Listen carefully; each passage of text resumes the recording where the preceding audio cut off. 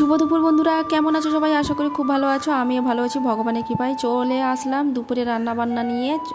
আজকে আর কোনো মাছ নেই, ডিম আছে, তাই ডিম রান্না করব। তো প্রথমে আমি কড়াইটা ওভেনে বসিয়ে দিয়েছি, জল দিয়ে দিয়েছি। জলটা গরম হয়ে যেতে ডিমটা দিয়ে দিলাম। ডিম আর এই যে কেটে রেখেছি আলুটাকেও দিয়ে দিলাম। ডিম আলু সেদ্ধ করতে বসিয়ে দিয়েছি। আর আদা কেটে নিচ্ছি। অনেক গরম পড়েছে, ডিম খাওয়া এই সময় উচিত নয়, তাও বাড়িতে মাছ ছিল না, সেই জন্য আমাকে ডিম রান্না করতে বাধ্য হলাম। কারণ সকালবেলা বরমশাই উঠতে চায় না বাজার করতে যেতে, এত রোদ তো, সেই জন্য ওরও দেরি করে আসে কাজ থেকে, একটু সমস্যা হয় উঠতে।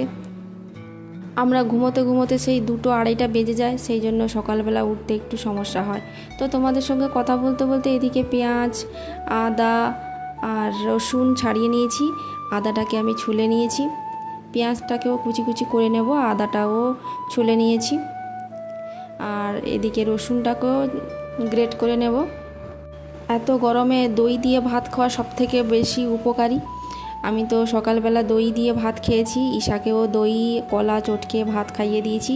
তো দুপুরের জন্য তো রান্না করতে হবে, কিছু করার নেই। তো দই যদি প্রতিদিন খাওয়া হয় তাহলে শরীরটা গরম হবেও না, ঠান্ডা থাকবে শরীর। আর এদিকে আমি আলু আর ডিমটা যে বসিয়েছিলাম ফুটে উঠেছে, তো সেদ্ধ হয়ে গেছে আলুটা। আমি একটা বাটিতে করে আলু আর ডিমটাকে তুলে নিচ্ছি। এই সময় একদমই আম খাওয়া উচিত নয় বেশি পরিমাণে। আম খেলে কিন্তু শরীর আরও গরম হয়ে যায়। কারণ আমি আম খেয়েছিলাম, তো আমারও শরীর পুরো খারাপ হয়ে গেছিলো, পেটের ব্যথা করছিল, পটি হচ্ছিল। সেই জন্য সবাইকে বলবো আমটা বেশি করে খেও না।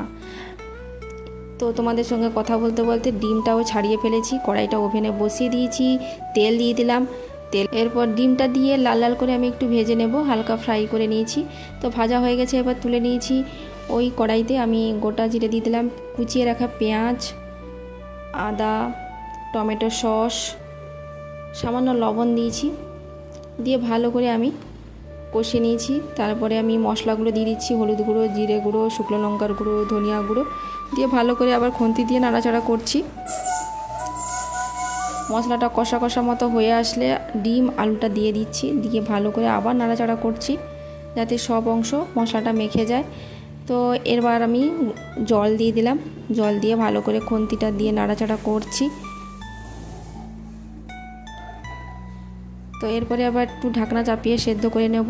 আগে থেকে আলুটা সেদ্ধ করা ছিল যেহেতু, সেই জন্য বেশি সেদ্ধ করতে হয়নি। ঢাকনা চাপিয়ে একটু ঝোলটা গ্রেভি গ্রেভি মতো করে নিয়েছি, আর উপর থেকে গরম মশলা ছড়িয়ে নামিয়ে নেব। তো আজকের রেসিপি